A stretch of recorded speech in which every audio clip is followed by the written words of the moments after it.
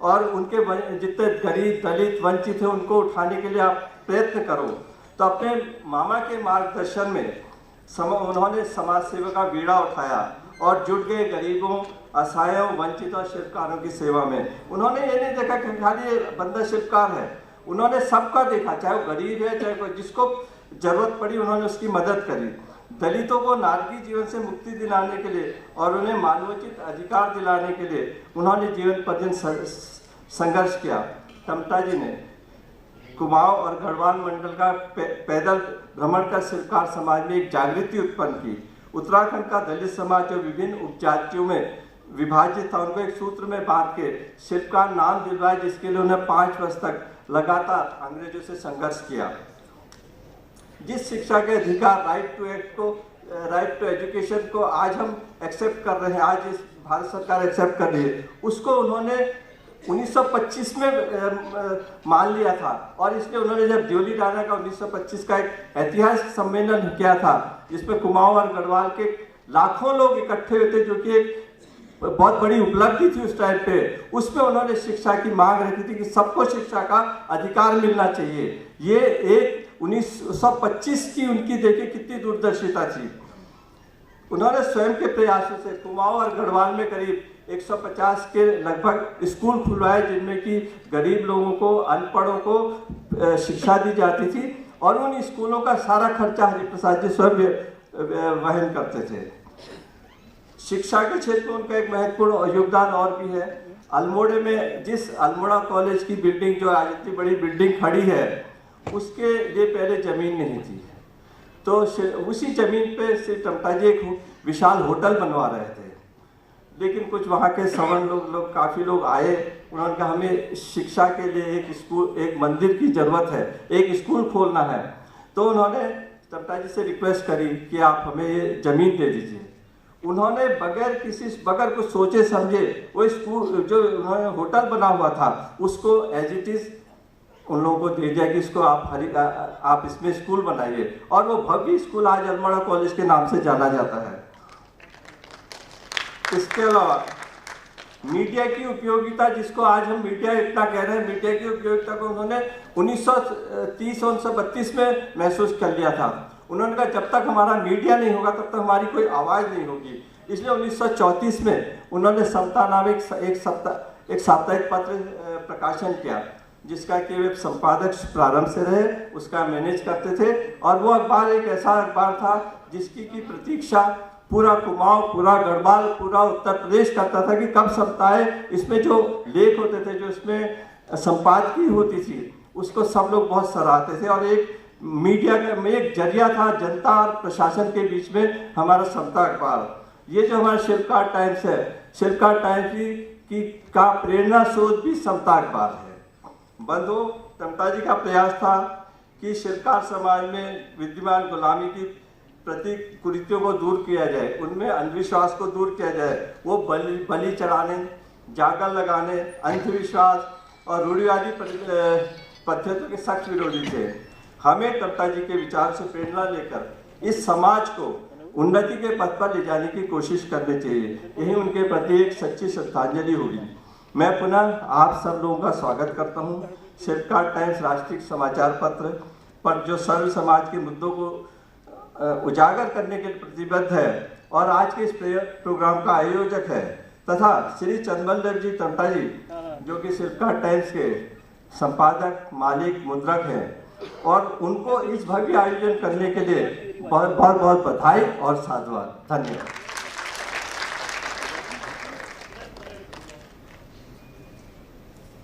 सज्जनों, हमारी जो दूसरा कार्यक्रम है पुस्तक विमोचन का, हमारे वक्ता लोग भी बोलते रहेंगे, लेकिन अगर आपकी राय हो तो हम पन्नीराम जी द्वारा लिखित हरिप्रसाद टमटा जी के बारे में जो उन्होंने लिखी है उसका विमोचन शुरू करें। हमारे कई भाइयों के देश से चंद्रप्रसाद टमटा जी के सहयोग से वो किताब बाहर आई है, उसका हम विमोचन करने जा रहे हैं। हमारे मुख्य अतिथि कांता प्रसाद जी इसका विमोचन करेंगे। उससे पहले उनकी धर्मपत्नी राधा देवी हमारे बीच में हैं। मैं आप लोगों की तरफ से शिल्पकार टाइम संपादक मंडल की तरफ से उनको सम्मानित करेंगे हमारे आज के मुख्य अतिथि कांता प्रसाद जी जनरल सेक्रेटरी हुआ करते थे। हम कई वो मुझे कहानी बताया, अब हम बात करते थे, बड़े सुनने वाली बात है। तो कहते थे कि मेरा लालन पालन जो है मेरे नाना और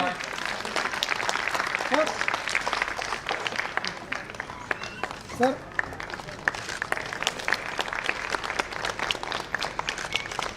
सुनने वाली बात है। हम किताब का विमोचन करेंगे। सर थोड़ा सा क्लोज हो जाए जितना हो सकते हैं प्लीज। इनको अरे उनको भी ले लेते बुलाओ सर सर आप बुक खोल लीजिए सभी लोग। पन्नी हटा दीजिए सर, पन्नी हटा दीजिए। जी जी हाँ सर आप भी लीजिए सर। सर सर सर एक मिनट सर, उन्हें भी बुला लीजिए ना, उन्हें बीच में ले लो। सब फ्रंट कर लीजिए सर हाँ, बुक मैडम बुला लीजिए ना, बीच में आ जाइए प्लीज। आप बीच में आइए, बीच में ले लीजिए, साथ ले लीजिए ना प्लीज। क्या कर रहे हो सर? थोड़ा सा पीछे हो जाओ भाई, ठीक है पिक्चर बन जाएगी। थोड़ा सा पीछे हो जाओ। हाँ सामने आ जाओ जरा। बुक दिखाइए। उल्टा हो गया, उल्टा हो गया। सीधा करिए बुक को। ऐसे इधर देखिए, इधर सामने देखिएगा please. Wait wait wait wait wait sir, wait please sir, थोड़ा सा आगे आइए प्लीज सर। आप थोड़ा सा बस बस बस थोड़ा सा इधर इधर देख करके जी सामने देखिए प्लीज। यार इसका लंबा डांस कर दिया तुम लोगों ने। इधर सामने एक में मिनट।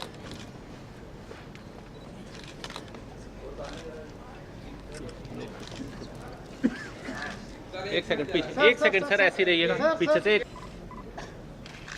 Thank you sir. कुछ ऐसी बाधाएं आई अधिकार वाली, तो उसमें पन्नीराम जी, मैं अध्यक्ष हुआ करता था, वो जनरल सेक्रेटरी हुआ करते थे, और रात रात हम काम करते थे। हमने टेहरी की रैली करवाई, हल्द्वानी की रैली करवाई,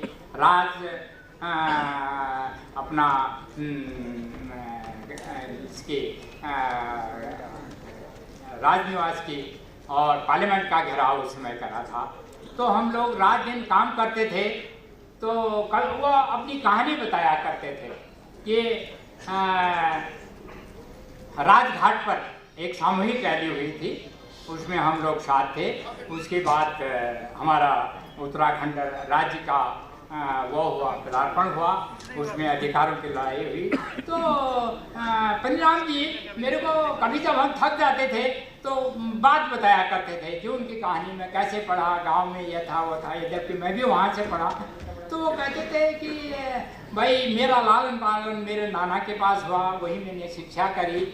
मेरे नाना जी ने जब मैं 8 साल की उम्र में, मेरी 8वीं में पढ़ता था, और मेरी शादी जो है एक 9 साल की कन्या राधा जी से कर दी। तो मैं पूछना चाह रहा था, आप वही राधा हैं?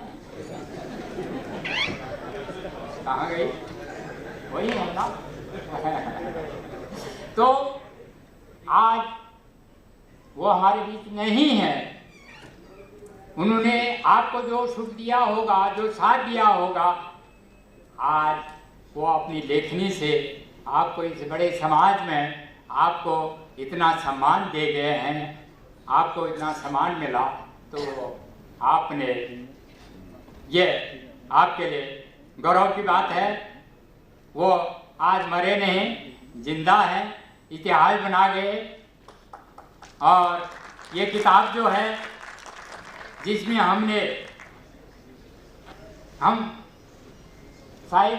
हम लोग हरिप्रसाद टंटा जी की जयंती मनाते थे, शिल्पकार चेतना में जब थे। तो 2006 में हम जयंती मना रहे थे। तो उस समय लोगों ने सुझाव दिया, यार हरिप्रसाद टंटा जी के ये करा वो करा, तो आप कुछ इनके बारे में पुस्तक लिखे। तो वहाँ से हमको ये प्रेरणा मिली। तो उसकी जिम्मेवारी हमारे पन्नीराम जी ने ली कि मैं किताब लिखूंगा, आप लोग सामग्री जुड़ाइए। तो उसमें इस किताब में बहुत से लोगों का उन्होंने नाम दिया है जिनने हमको सहयोग दिया और जिनने सामग्री जुड़ाई।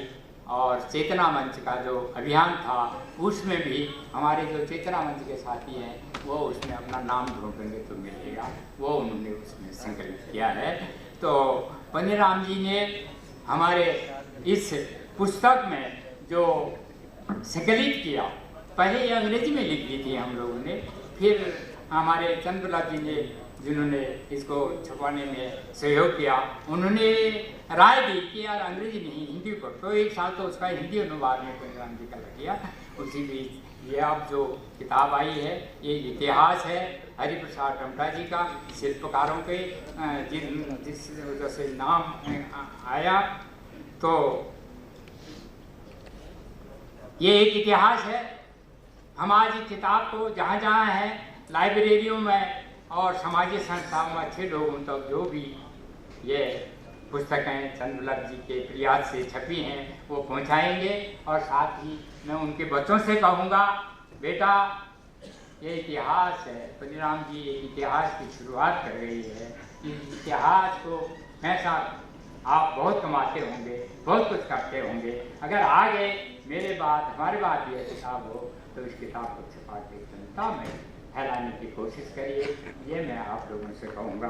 और इसके साथ ही मैं अगर उनकी धर्मपत्नी राधा जी अगर कुछ कहना चाहें इस बीच दो शब्द, तो मैं उनको आमंत्रित करता हूँ।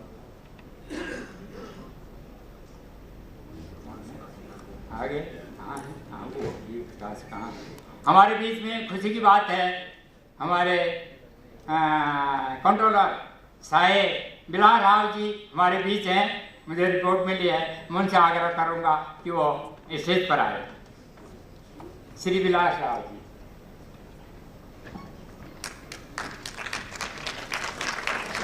श्री बिलास राव जी, बहुत स्वागत है आपका, ताली बजा करके उनका स्वागत करिए। हमारे बहुत सहयोगी हैं, बहुत संकर है। श्री चंद्र दुर्लभ जी संपादक शिल्पकार हैं, उनका मुख्य से स्वागत करेंगे। कंट्रोलर जनरल है आप।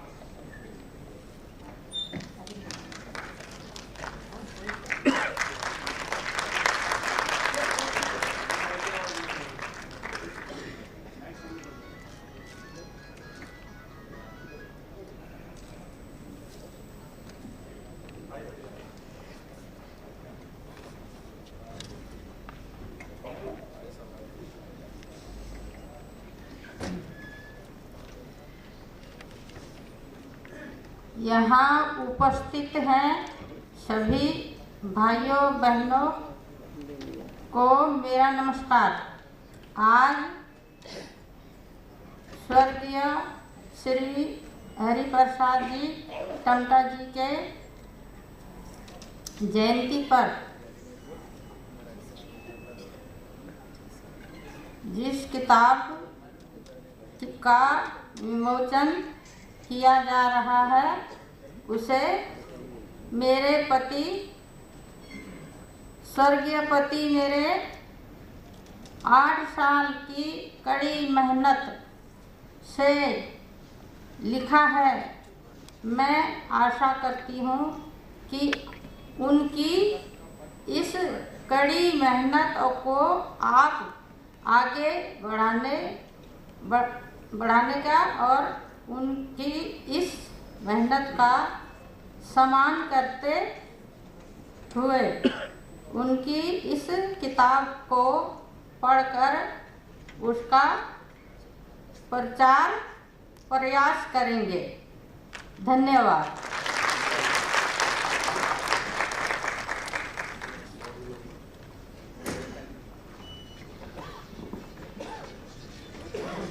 मैं उनसे कहना चाहता हूँ, पन्नीराम जी मरे नहीं, वो अमर हैं, इतिहास बना गए। आप दिल में कोई वैसी बात मत रखिए और आप उनकी याद में उनको याद करते हुए खुशी की बात है और कई साल जिए। और हमारे ये प्रोग्राम जो हैं ये होते रहते हैं, इसमें आइए और आप को याद आएगी उनकी, और वो अच्छे काम करके गए। इस किताब को जहाँ तक हो अच्छे लोगों के हाथ में भिजवाइए और इतिहास बनाइए। मैं हमारे बीच में हमारे Bilal Rao ji chief controller of finance हैं और हमारे शिल्पकार के बहुत सहयोगी हैं, शुरू से आजीवन मेंबर हैं और हमको आर्टिकल देते हैं, हमको गाइड करते हैं।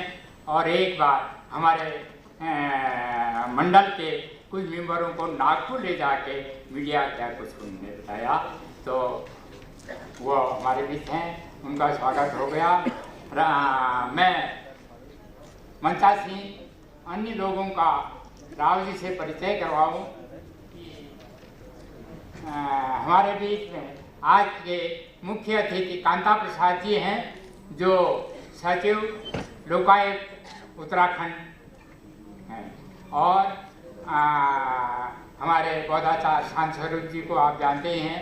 हमारे बीच में जो आज की अध्यक्षता कर रहे हैं श्री चंद सिंह जी IAS, जिनने उत्तराखंड की सरकार में और उत्तर प्रदेश सरकार में बहुत सी जिम्मेदारियाँ निभाई, वो हमारे बीच में हैं, आज की अध्यक्षता कर रहे हैं। और हमारे चंद्रलाल जी जो संपादक हैं, उनको तो आप जानते ही हैं। और हमारे बीच कृष्ण आर्या जी IAS, जो उत्तराखंड राज्य के पहले लोक सेवा आयोग के चेयरमैन रहे हैं। उसके बीच में हमारे बीच में एक बहुत साहसी और क्या कहना चाहिए, बहुत वीरांगना लड़की है, विद्या गौतम, वो हमारे बीच हैं। साथ में हमारे लेखक, साहित्यकार, कवि और कुमाऊँ भाषा के प्रख्यात विज्ञाता खानपाल जी बैठे हुए हैं। और साथ में हर्षपति जी हैं, जो वामशेप के नेता हैं और बहुत सामाजिक कार्यकर्ता हैं।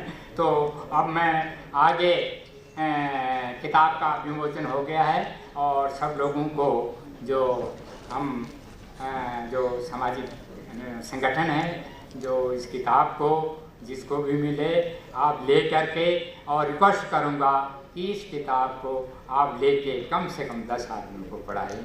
तो इसी तरह से हमारा ये इतिहास, शिल्पकारों का इतिहास, हरिप्रसाद जी की मेहनत और उसको जो संकलन किया मेरे बड़े भाई बनीराम जी की मेहनत को आप जगह जगह पहुँचाएँगे, इस आशा के साथ अब मैं अनुरोध करता हूँ आज के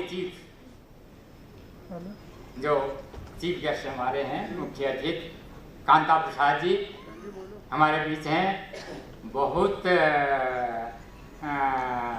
बड़ी महानता है उनकी कि वो देहरादून से हमारे अनुरोध पर यहाँ आए। उनका भी इस शिल्पकार समाज से बड़ा लगाव है, तो मैं उनसे अनुरोध करूँगा कि वो आए और हमको संबोधित करें। श्री कांता प्रसाद।